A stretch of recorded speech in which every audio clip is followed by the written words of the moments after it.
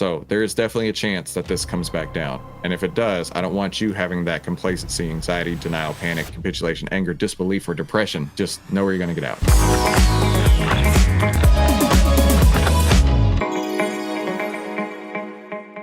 My name is Christopher Yule. I've twice been awarded top 100 people in finance. I was mentored by 5 of the market wizards, the best traders of all time. I've been successfully trading since 2009, and this is where we save time, make money, and start winning with less risk together as a team. Now let's get into the lesson of the day.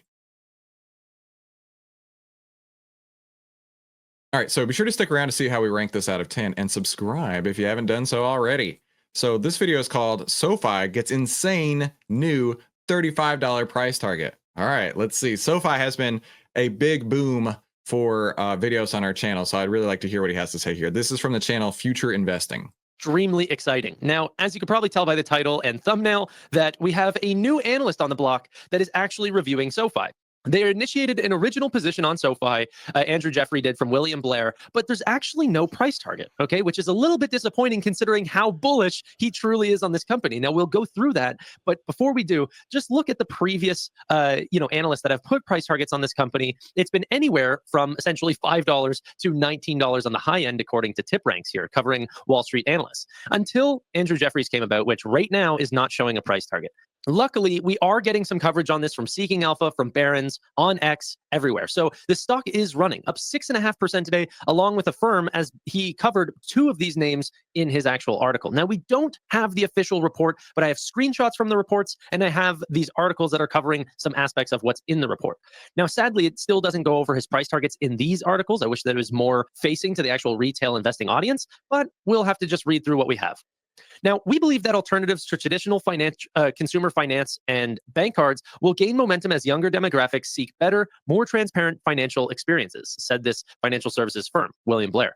We submit that the best digital finance providers offer superior user experiences, or UX, and more innovative financial products compared to traditional banks.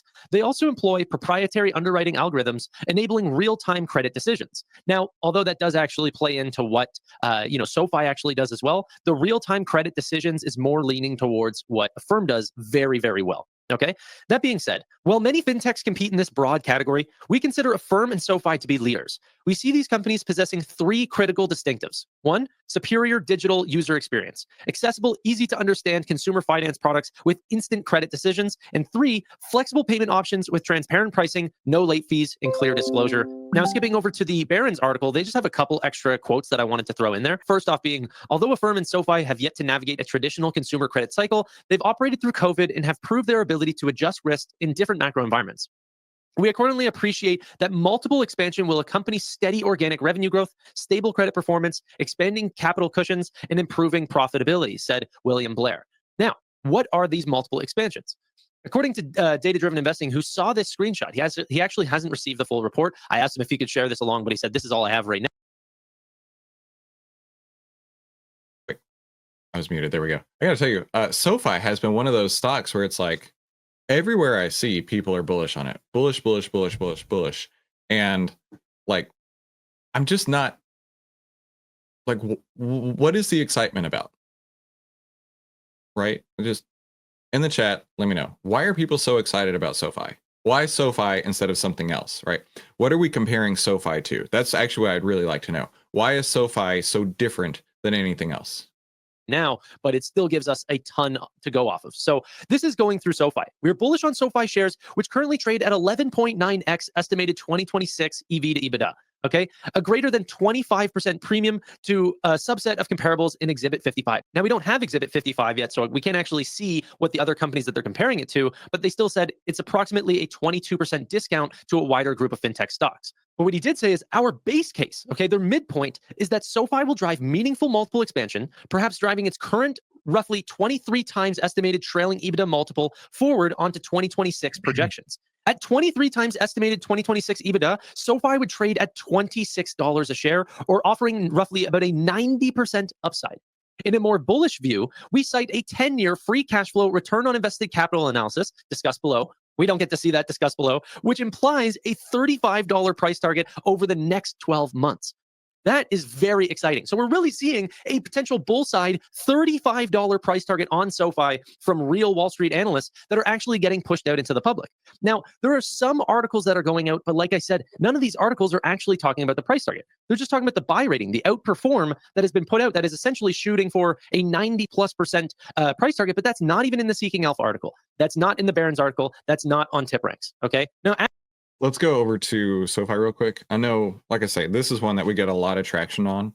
And it looks like the trend is reversing, right? I'd been talking about how the trend on this one had been down. In fact, I would say it was in a bearish trend on January 10th and 13th. And now it looks like it's reversing. And I never said that it's going to be the very bottom. I never said it's going to be the very top. It's just where the trend is going. All right. The trend is your friend until it bends, right? And the trend bended right here.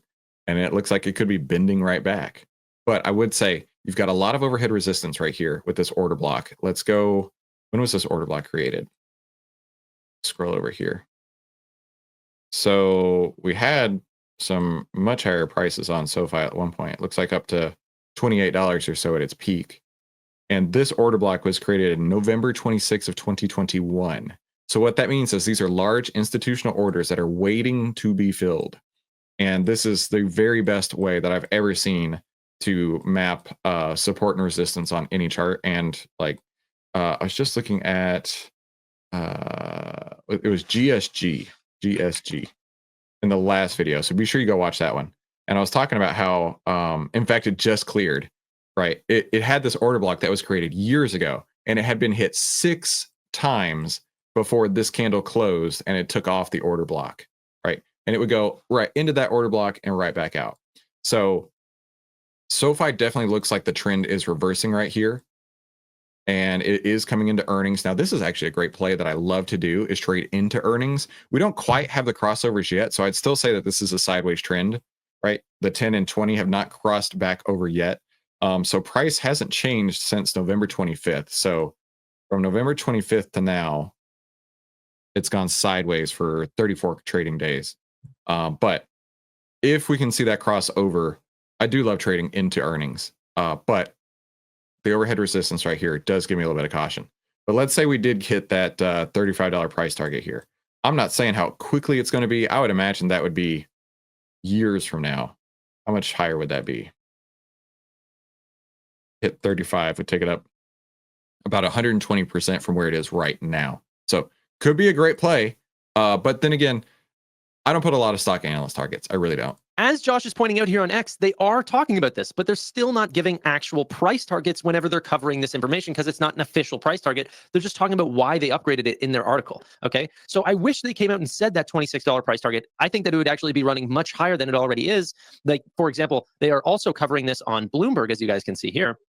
But once again, just to an outperform versus neutral or underperformance, not actually saying where this could potentially lead to. So Bloomberg's talking about this, CNBC's talking about this, but still not a lot of actual price targets or the true amount of upside versus what people might be suspecting just from a regular outperformance on this company. Now, on to the next piece of news, because I think that this is also very exciting. Tom from Apptopia said he's working on some of his earnings previews for customers, and this one made him think of data-driven investing. They compared their app download data on their website to SoFi loan origination volume. Okay. And what they're actually seeing is that the app downloads and origination volume each quarter somewhat correlates with each other. This kind of broke trend last quarter. I would say that that's a very strong correlation. I would put an R-squared on that of like 80, maybe.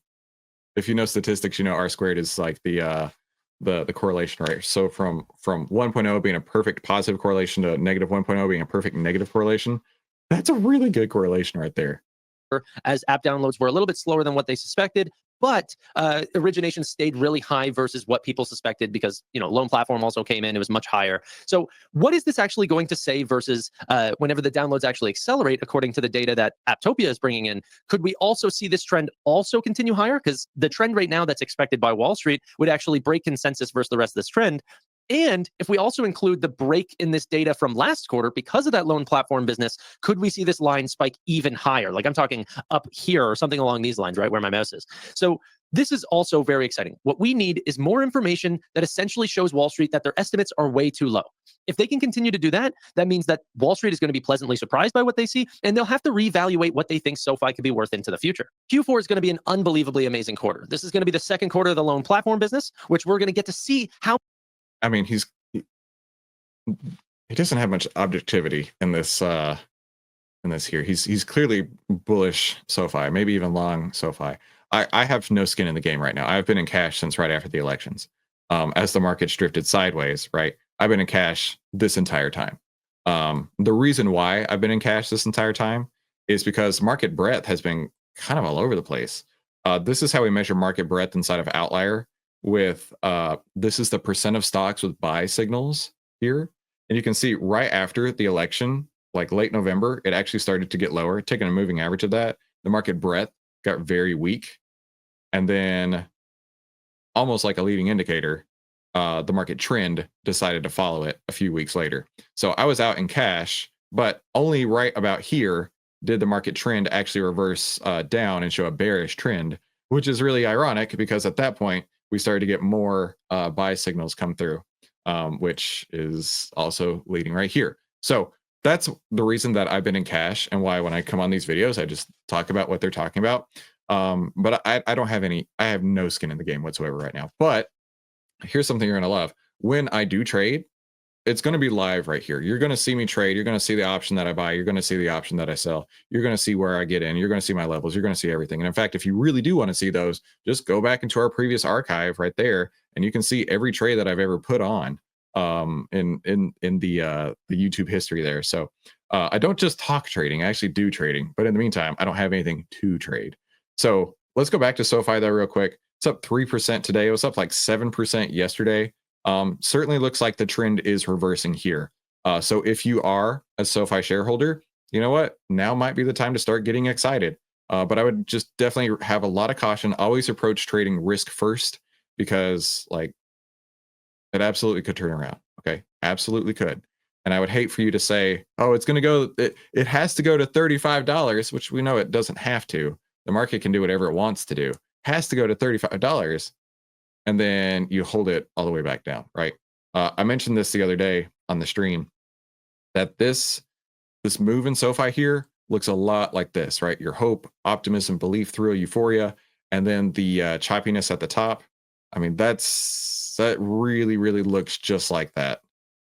I mean, you could overlay one on the other. So there is definitely a chance that this comes back down. And if it does, I don't want you having that complacency, anxiety, denial, panic, capitulation, anger, disbelief, or depression. Just know where you're going to get out. Okay. That would be my number one takeaway here is SoFi does have a lot of bullishness behind it. A lot of people are excited about SoFi. And if we're adding more new higher price targets and that's going to drive more people to buy the stock, by all means, go for it. Just know where you're going to get out. Okay. And if you're a long-term investor and you say, I'm going to hold this forever, right? Do you actually want to hold it all the way back down to here? I wouldn't. I would say, I'm going to give it whatever you say. In fact, I'll give you my perspective on this. If I were to trade this, and I'm not going to, but if I were to trade this, right, let's call it $16 exactly. Okay. Down at the bottom is what's called the ATR. This is your average true range. So this is the average range that the stock has moved over the last X number of candles. I just use the default at 14. So this says right here, the average true range over the last 14 candles is basically 80 cents. Now, what's cool about this is that as volatility expands, the ATR value expands, okay? So you can take advantage of that and say, if it's currently at 80 cents, my stop loss point is half an ATR down, right? It's in my rules written down right there. Half an ATR from entry. If it goes down half an ATR from entry, I want to get out. So if I got in at $16 and the ATR is currently at 80, of course, and divide that by 2 to get half. So $16 minus 0.4, 16 minus 0.4 is 1560. That would be my exit point, okay? If it got to 1560, I'm getting out. So let's draw that on the chart real quick for you. Now, you can do whatever you want, but this is what I would do. 1560. And then that would be a 2.5%. That would be a 2.5% move to find out if it's going to work. And if it doesn't work, I still have, 99% of my account left. But if it does, then I've given it 2.5% to find out. And then, hopefully it does, and it rocket ships to the moon. So that's the way I would approach this. You can approach it any way you want, but that's the way I would approach it. And like I say, if you're a long-term trader or a long-term investor, you still need to approach things risk first, right? I see this in the comments all the time. I'm a long-term investor. I don't care if it goes down. You really? Or I don't want to sell because of tax reasons. Really? Do you really want to lose 30% of your value and consider yourself a long-term investor? No. Like, there's people who are losing their face over AMD, right? Because they're like, I'm a long-term investor in AMD. You're a long-term investor who's like bleeding out your money. You don't have to do that, right? Just find where that point is and you're really ready to get out. And as far as taxes go, dude, the way that I look at it is I want to pay as much taxes as I possibly can, because that means I've made as much money as I possibly can. And that is a direct lesson I learned from Mark Minervini, one of the greatest traders of all time, who considers himself a long-term investor, just so you know. So that's my take on SoFi. Let's see if he's got anything else. How much that actually impacted, total user growth, because now they have a way to grow their user base without actually just taking on every single loan for themselves. But also, we're going to see 2025 earnings predictions from management, right?